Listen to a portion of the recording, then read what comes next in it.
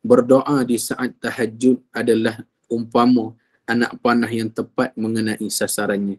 Keistimewaan kita berdoa pada waktu tahajud tersebut, Al-Imam Syafi'i mengatakan, kita mengangkat tangan memohon keampunan daripada Allah pada waktu tahajud diibaratkan kita berdoa tersebut seperti anak panah yang tepat mengenai sasarannya, tidak tersasar walaupun sedikit. Begitulah istimewanya tahajud. Kita mohon ampun pada Allah Subhanahu wa taala, nescaya Allah akan mengampunkan kita semua. Dan hukum pada salat sunat tahajud ini merupakan salat sunat muakkad. Salat sunat muakkad bermaksud salat sunat yang dituntut di dalam agama kita, iaitu sunat yang sangat-sangat dituntut. Sabda Rasulullah sallallahu alaihi wasallam, afdalus salati ba'da salatil maktubah as-salatu fi jawfil lail. Yang bermaksud salat yang paling baik selepas salat fardu ialah salat yakni tahajud di pertengahan malam. Hadis riwayat Muslim, hadis sahih. Tuan-tuan dan puan-puan yang dirahmati oleh Allah Subhanahu wa taala sekalian, Nabi sallallahu alaihi wasallam sebut pada kita salat yang paling baik selepas daripada salat fardu 5 waktu tersebut yakni adalah salat sunat tahajud. Dan waktu untuk kita mengerjakan salat sunat tahajud ini bermula daripada selepas salat isyak sampailah sebelum masuknya waktu subuh, kita boleh mengerjakan salat sunat tahajud. Dan waktu yang paling baik ialah sepertiga malam ataupun sepertiga yang terakhir malam ataupun setelah berlalunya 2/3 malam. Daripada Abu Hurairah radhiyallahu anhu, beliau berkata Rasulullah sallallahu alaihi wasallam telah bersabda yang bermaksud, apabila berlalu setengah malam ataupun 2/3 malam, turunlah Allah yang maha tinggi ke langit dunia seraya berfirman, adakah sesiapa yang meminta untuk diberi, yakni aku perkenankan permintaannya. Adakah sesiapa yang berdoa untuk dimakbulkan, aku makbulkan doanya. Adakah sesiapa yang beristighfar untuk diberi ampun kepadanya, aku akan ampunkannya sehinggalah terbitnya fajar. Hadis riwayat Muslim. Tuan-tuan dan puan-puan yang dikasihi sekalian, dalam hadis ini menyatakan pada setiap hari khususnya pada 2/3 malam, pada pertengahan malam, Allah Subhanahu wa taala akan turun ke langit dunia memerintahkan para malaikat untuk mencari di mana rumah-rumah ahli-ahli tahajud ini. Kalau ada di antara mereka yang meminta untuk diberi, maka aku akan perkenankan permintaannya. Kalau ada di antara kita semua ini yang berdoa untuk dimakbulkan sesuatu, maka aku akan makbulkan doanya, kata Allah. Dan adakah sesiapa di antara kita semua ini pada setiap hari yang beristighfar dengan ikhlas kepada Allah untuk mendapatkan keampunan, maka kata Allah Subhanahu wa taala, aku akan mengampunkannya sehinggalah terbitnya fajar. Hadis riwayat Muslim. Inilah satu kegembiraan buat kita semua, satu berita baik, satu kelebihan buat orang-orang yang sentiasa mengamalkan salat sunat tahajud.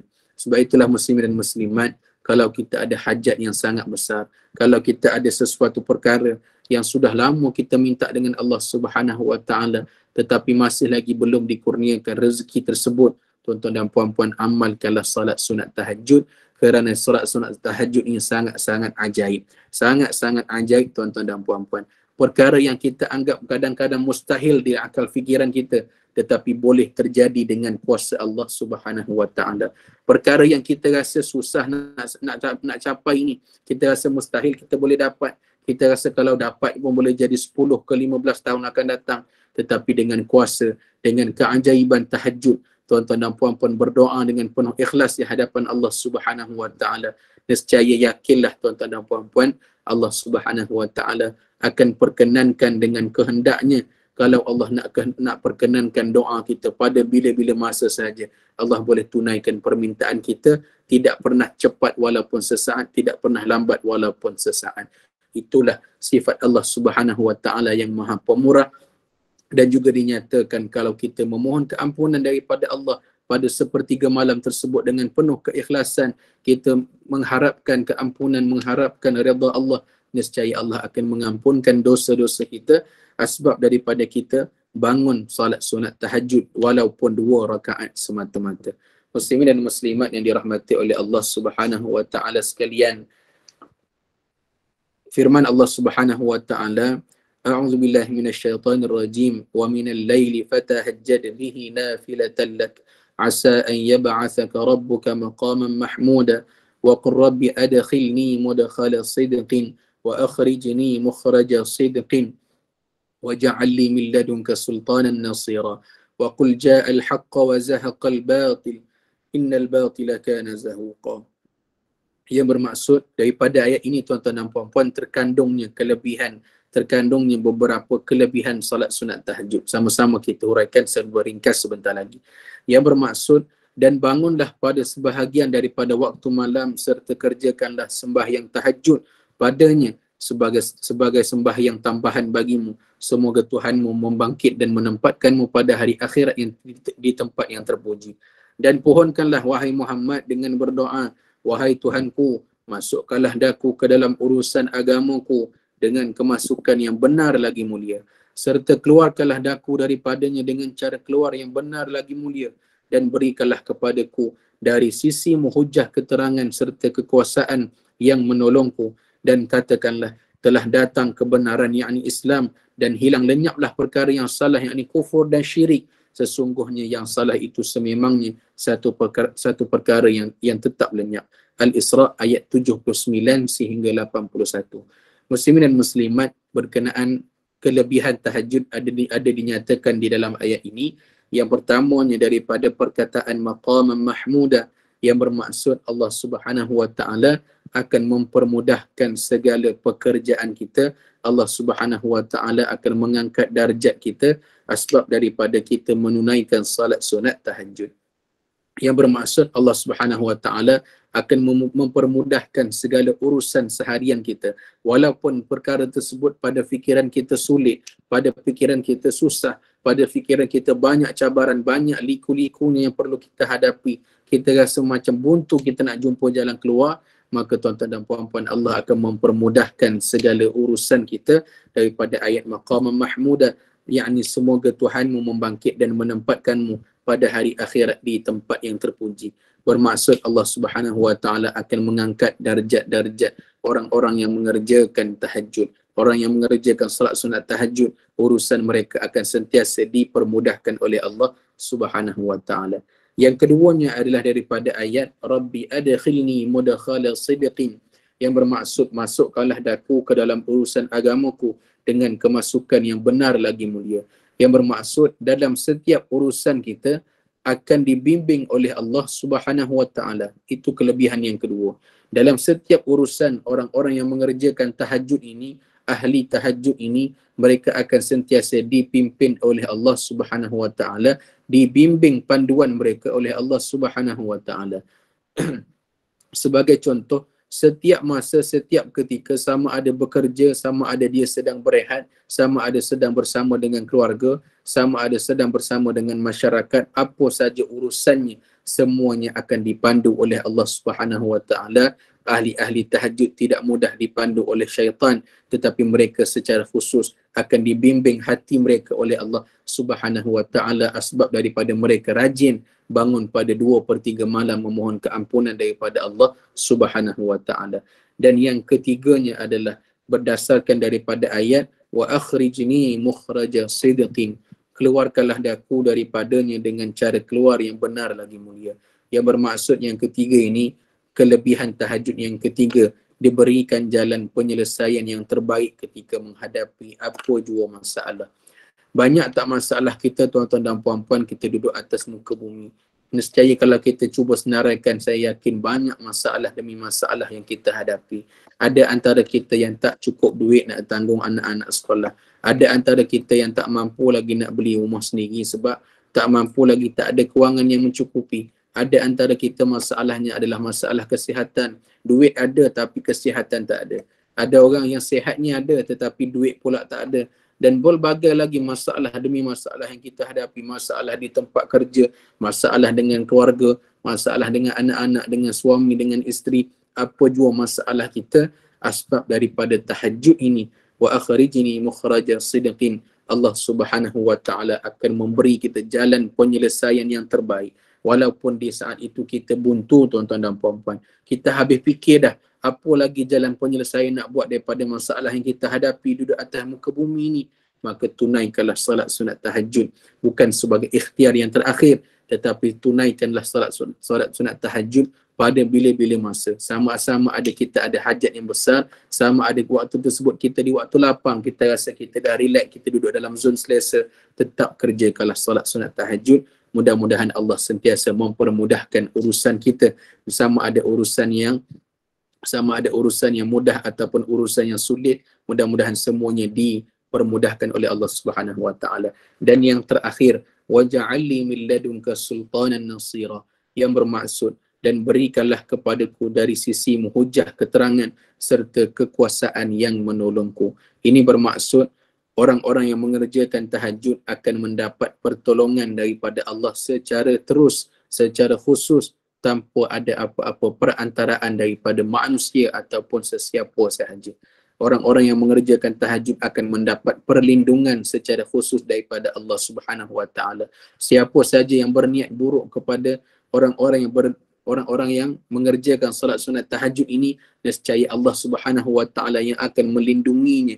Allah Subhanahu wa taala yang akan melindungi, yang akan memberi pertolongan dalam setiap apa saja urusan orang-orang yang mengerjakan tahajud. Begitulah tuan-tuan dan puan-puan yang dikasihi oleh Allah Subhanahu wa taala sekalian, keempat-empat kelebihan tahajud tersebut kalaulah kita dapat, alhamdulillah, syukur pada Allah. Itulah yang kita dambakan duduk atas muka bumi. Kita nak perlindungan daripada Allah, kita nak dipermudahkan segala urusan, kita nak dimurahkan, dimewahkan rezeki kita duduk atas muka bumi, kita nak perlindungan, kita nak kalau boleh nak keampunan daripada Allah Subhanahu wa taala.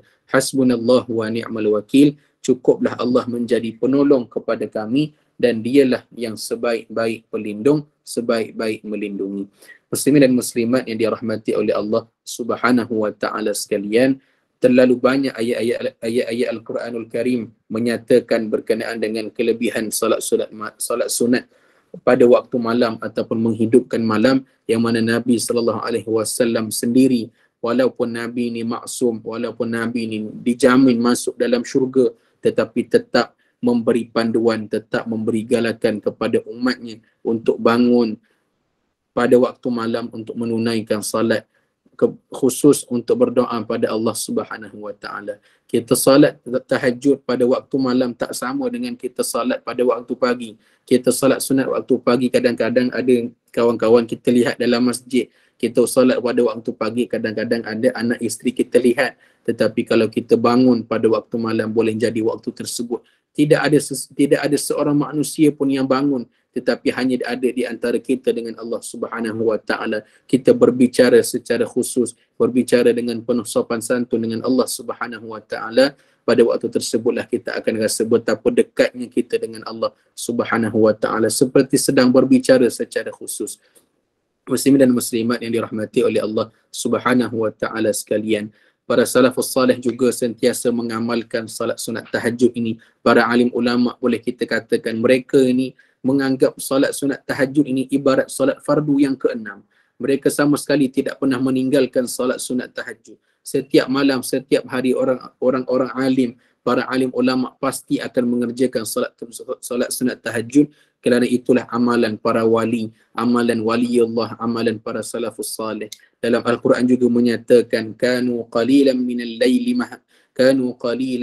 laili ma yahja'un wa bil ashari hum yastaghfirun. Yang bermaksud mereka sedikit sekali tidur pada waktu malam, dan di akhir-akhir malam mereka memohon keampunan kepada Allah Subhanahu wa taala. Itulah sifat para nabi, sifat para salafus salih. Mereka sedikit tidurnya pada waktu malam, tak sama macam kita. Kita ni setiap masa nak tidur malam ni panjang. Kalau boleh nak tidur daripada pukul 9 malam, subuh baru bangun. Tuan-tuan dan puan-puan, kalau pada setiap hari macam itu, kita cubalah perkara yang baru. Setkan alam, tidurlah pukul 10 ataupun pukul 11. Setlah alam untuk bangun pukul 4.30 pagi. Bermunajatlah pada Allah Subhanahu wa taala. Kita semua pernah buat silap di hadapan Allah. Kita semua ada dosa yang tersendiri, yang mana boleh jadi menjadi rahsia di antara kita dengan Allah Subhanahu wa taala. Tak ada satu manusia pun tahu tentang dosa kita tersebut. Berbicaralah dengan Allah, mohonlah keampunan daripada Allah secara khusus, Mudah-mudahan Allah Subhanahu wa taala mendengar permintaan kita dan Allah mengampunkan seluruh dosa-dosa kita. Tuan-tuan dan puan-puan muslimin dan muslimat yang dirahmati oleh Allah Subhanahu wa taala sekalian, sama-samalah kita berazam. Boleh jadi masyarakat kita ini realiti lah. Masyarakat kita ini biasanya bangun tahajud pada bulan Ramadan semata-mata. Sebab apa? Sebab pada 10 akhir Ramadan, kebanyakannya masjid-masjid akan menganjurkan qiyamul lail pada 10 malam yang terakhir. Tuan-tuan dan puan-puan, memang dalam bulan Ramadan ada kelebihan yang tersebut, tetapi kalau boleh kita jadikan amalan daripada bulan Ramadan itu dibawa ke dalam bulan-bulan yang lain, dibawa ke dalam bulan-bulan yang lain, kerana kita sentiasa mengharapkan keampunan daripada Allah. Kita bukan nak mengharapkan keampunan semata-mata bulan Ramadan, tetapi pada setiap masa, pada setiap ketika kita mengharapkan redha daripada Allah, kita mengharapkan kasih sayang, mengharapkan cinta, mengharapkan keampunan daripada Allah Subhanahu wa taala.